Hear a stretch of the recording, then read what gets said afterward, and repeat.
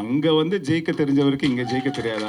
அங்க தடைகளை உடைக்க தெரிஞ்சவருக்கு இங்க தடைகளை உடைக்க தெரியாதா? ஃபியூ இயர்ஸ்ல தமிழ்நாடு வந்து சிங்கப்பூர் மாதிரி மாறினா கூட அது ஆச்சரியப்படுறதுக்கு எனக்கு எதுவுமே இல்லை. அவர் போகாத ஈவெண்ட்டுக்கு சரி இவரை கூப்பிடுங்க சார், பெரிய வார்த்தை சார், நட்பு க்ளோஸ் ஆயிடும் சார். நான்லாம் படிக்கும்போது பார்த்தீங்கன்னா புரட்சி அப்படிங்கிறத நான் வந்து வரலாறில் படிச்சிருக்கேன்.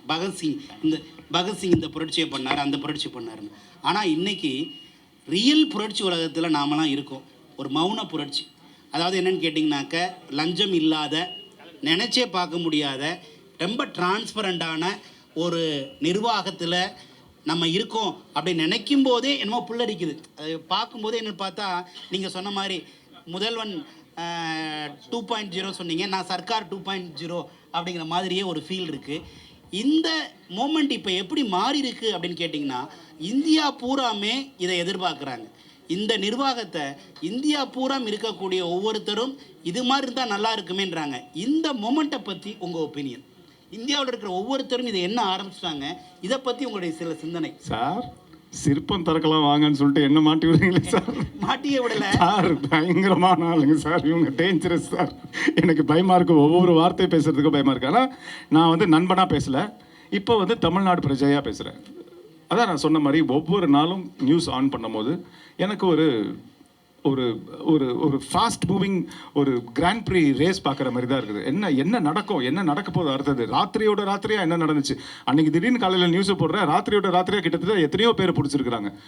கேட்டால் அது வந்து சைலண்ட் ரேடாக, அதை வந்து யாருக்கிட்டுமே அனௌன்ஸ் பண்ணால் அவங்க எல்லாருமே ஷார்ப் ஆகிடுவாங்க அப்படிங்கிறதுக்காக எதுவுமே சொல்லாமல் கொள்ளாமல் திடீர்னு நைட்டில் வந்து ஒரு ரெய்டு. ஸோ இந்த மாதிரி ஒரு விஷயங்கள் தான் சார் சொன்ன மாதிரி த்ரூ அவுட் இந்தியா வந்து எல்லா சீஃப் மினிஸ்டரும் இப்படி இருந்தால் நல்லா இருக்குமே அப்படிங்கிறது வந்து எல்லாருமே எதிர்பார்க்குற ஒரு விஷயம். சுருக்கமாக சொல்லணும்னா, ஒரு எப்படி சினிமாவில் ஒரு ட்ரெண்ட் செட்டராக இருந்தாரோ, எத்தனையோ பேரியரை உடச்சி எத்தனையோ தடைகளை உடச்சிட்டு தான் அவர் அந்த லெவலுக்கு வந்தார். உங்களுக்கு தெரியும், உங்கள் எல்லாருக்குமே ஒவ்வொருத்தருக்கும் தெரியும் நான் என்ன சொல்ல வரேன்னு. நான் பேர் சொல்ல விரும்பலை. எவ்வளோ பேர் பெரிய ஆளுங்கள்லாம் இருந்தாங்க. அது எல்லாத்தையும் தாண்டி உடச்சி அவங்களோட பெரிய ஆளாக வரணுங்கிறது சினிமாவில் எவ்வளோ பெரிய கஷ்டமான விஷயம் அப்படிங்கிறது தெரியும். கிட்டத்தட்ட அங்கே வந்துட்டார். நான் கிட்டத்தட்ட அங்கே வந்துட்டாருன்னு ஏன் சொல்கிறேன்னு உங்களுக்கு தெரியும். அங்கே இருக்கிறவங்க அங்கே இருக்கிறாங்க, வந்துட்டார், ஈக்குவலாக வந்துட்டார். அதுக்கப்புறம் வந்து பீக்கில் இருக்கும்போது சரி வேண்டாம், நான் இந்த பக்கம் வரேன்.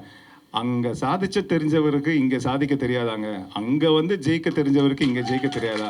அங்கே தடைகளை உடைக்க தெரிஞ்சவருக்கு இங்கே தடைகளை உடைக்க தெரியாதா? அங்கே எதிர்ப்புகளை சமாளிக்க தெரிஞ்சவருக்கு இங்கே எதிர்ப்புகளை சமாளிக்க தெரியாதா? எல்லாம் ஒன்று தான். இங்கே கொஞ்சம் அதிகமாக இருக்கும், அதை சமாளித்து வருவார் அப்படிங்கிற நம்பிக்கை ஒரு தமிழ்நாடு பிரஜையாக, ஒரு ஒரு முதலமைச்சரின் நலன் விரும்பியாக எனக்கு இருக்குது. அவருக்கு நான் ஓட்டு போட்டிருக்கிறேன். ஸோ நான் அதை அவர்கிட்ட எதிர்பார்க்குறேன். அந்த எதிர்பார்ப்பை நான் மட்டும் எதிர்பார்க்கல, தமிழ்நாட்டில் இருக்கிற ஒவ்வொருத்தவங்களும் எதிர்பார்க்குறாங்க. ஸோ நிச்சயமாக அந்த எதிர்பார்ப்புக்கு எந்த விதத்துலேயும் அவங்களுக்கு ஏமாற்றத்தை கொடுக்காம முழுசாக இன்னும் 100% 200% அவங்களை திருப்திப்படுத்துகிற மாதிரி தான் ஒரு ஆட்சி நடத்துவார் அப்படிங்கிறது நான் இந்த நிமிஷம் வரைக்கும் நம்பிட்டு இருக்கிறேன். இனிமேலும் அதான் நான் நம்புவேன். அது நம்ம நம்பிக்கையை வீண் போகாமல் அதை நிறைவேற்ற வேண்டியது அவரோட கடமை. நிறைவேற்றி காட்டுவார் உங்களுக்கு. நீங்களும் அதை பார்க்க தான் போகிறீங்க, நீங்களும் சந்தோஷப்பட தான் போகிறீங்க, உங்கள் குழந்தைங்க சந்தோஷப்பட தான் போகிறாங்க, எல்லாருமே சந்தோஷப்படுவோம். அந்த மாதிரி ஒரு ஆட்சி தான் இதுக்கு மேலே தமிழ்நாட்டில் வரும். சுருக்கமாக சொல்லணும்னா, எனக்கு தெரிஞ்சு இது யாருமே என்கிட்ட சொல்லலைங்க, இது மறுபடியும் உங்ககிட்ட சொல்கிறேன், இது என்னோட ஒப்பீனியன். எனக்கு தெரிஞ்சு இன்னும் ஃபியூ இயர்ஸில் தமிழ்நாடு வந்து சிங்கப்பூர் மாதிரி மாறினா கூட அது ஆச்சரியப்படுறதுக்கு எனக்கு எதுவுமே இல்லை. அந்த அளவுக்கு நான் சொல்கிறது, அந்த அளவுக்கு மெடிக்கல் ஃபெசிலிட்டி. ஏன்னா சிங்கப்பூர் சிட்டிசனுக்கு வந்து உள்ள மெடிக்கல் ஃபெசிலிட்டிலாம் பிரமிச்சு போயிடுவோம் நம்ம போய் பார்த்தோம்னா. Education, medical facility and security, இது மூணுமே வந்து சிங்கப்பூரில் வந்து தைரியமாக இருக்கலாம். ஏன் சொல்கிறாங்க சிங்கப்பூர், மலேசியா, சிங்கப்பூர்லாம் போனால் தைரியமாக வெளியில் நடந்து போகலான்னு? ரொம்ப அது வந்து என்னென்னா அந்தளவுக்கு அங்கே வந்து சேஃப்டி இருக்குது. இம்மீடியட் ஒரு ஆக்ஷன் எடுப்பாங்க. ஸோ எனக்கு தெரிஞ்சு அந்த மாதிரி ஒரு நல்ல ஒரு சந்தோஷமான ஒரு தமிழ்நாட்டை என்னோட தொலைநோக்கு பரவாயில்ல நான் பார்க்குறேன். அது கூடிய சீக்கிரம் நடந்துரும்னு நான் நம்புகிறேன். ரொம்ப ரொம்ப நன்றி சார். அண்ணே என்னமோ கேட்குறீங்கண்ணே, எனக்கு பயமாக இருக்குண்ணே. சாரை கேட்குறீங்களா? ஓகே. இல்லை, இதான் ப்ரெஸ் மீட், இதோட முடியுது. ரைட். ஒரு விஷயம், அதாவது ப்ரெஸ் மீட்டுங்கிறதே தெரியாமல் நீங்கள் ஒரு கேள்வி கேட்குறீங்க, தான் ப்ரெஸ் மீட்டு கூப்பிட்டாங்கன்னா நான் போவேன் ஒரு ஈவெண்ட்டுக்கு. அது வந்து அவர் போகாத ஈவெண்ட்டுக்கு சரி இவரை கூப்பிடுங்க சார், பெரிய வார்த்தைலாம் சார், நட்பு க்ளோஸ் ஆகிடும் சார், சும்மா இருங்க. என்னை கூப்பிட்டாங்கன்னா எந்த ஃபங்க்ஷனாக இருந்தாலும் நான் போவேன், அவ்வளோதான். நன்றி. அந்த சிற்பம் வாட்டர் மெலனில் பண்ணியிருக்கிறாங்க. வாட்டர் மெலனில் பண்ணும்போது அது எனக்கு அதோட டெக்னிக்கல் விஷயங்கள் தெரியாது. பட் எனக்கு மண்டை கெட்டின வரைக்கும் நான் சொல்கிறேன், வாட்டர் மெலன் வந்து கொஞ்சம் சாஃப்டாக இருக்கும். அந்த சாஃப்டான விஷயத்தில் நம்ம கார்விங் பண்ணும்போது உள்ளே இறங்கிடும். ஸோ அந்த வாட்டர் மெலனை ஃபஸ்ட்டு நம்ம ஹார்ட் பண்ணணும். அப்படி எனக்கு தெரிஞ்சது நான் சொல்கிறேன். இப்போ அதை தொட்டு பார்த்தா அவ்வளோ ராக் ஹார்டாக இருக்குது. அது என்னன்னு கேட்டால் ஐஸில் வச்சுருக்காங்க. ஐஸில் வச்சு அதை நல்லா ஹார்ட் பண்ணி அதுக்கப்புறம் அந்த சிற்பத்தை அதை பண்ணி மறுபடியும் கொண்டு வந்து இப்போ ஏசியில் வைக்கும் போது அது அப்படியே நிற்கிது, ஸ்ட்ராங்காக நிற்கிது. பட் அது அந்த அந்த வாட்டர் மெலனில் அந்த கார்விங் பண்ணும்போது எவ்வளோ எஃபர்ட் இருந்திருக்கும். Day and night. இப்போ இங்கே இருக்கிறது ஒரு 10 பேர் இருப்பாங்க. 10 பேரா 12 பேரா 13 பேர் 13 பேர் இருக்கிறாங்க இந்த டீமில். இந்த 13 பேர் 69 விஷயங்களை பண்ணோம். ப்ளஸ் அந்த நடுவில் இருக்கிறதையும் பண்ணோம், விசிலையும் பண்ணோம், அந்த மயிலையும் பண்ணோம்னா எவ்வளோ எஃபர்ட் போட்டிருப்பாங்க டே அண்ட் நைட் அப்படிங்கிறத யோசிச்சு பாருங்க. அண்ட் கார்விங் அப்படிங்கிறது வந்து it is not an ordinary art. It is something very very special, I would say, because it is not in everybody's hands. It cannot fall into everybody's hands. It has to fall into very rare hands.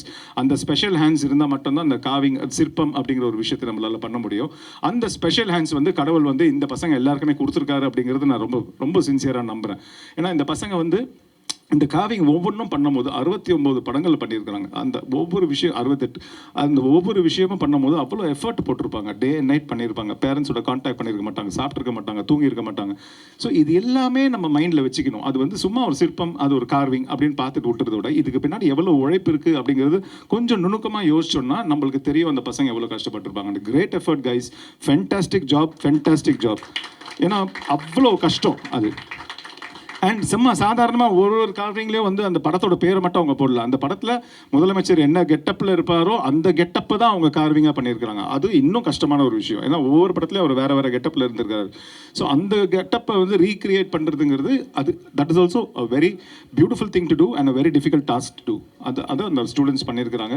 இந்த வயசில் இவ்வளோ சாதிக்கிறாங்க, gold medal போய் வாங்கிட்டு வந்திருக்கிறாங்கன்னா இந்த பாப்பாலாம் பாருங்கள், அது கையா இல்லை மெஷினான்னு கூட தெரியல.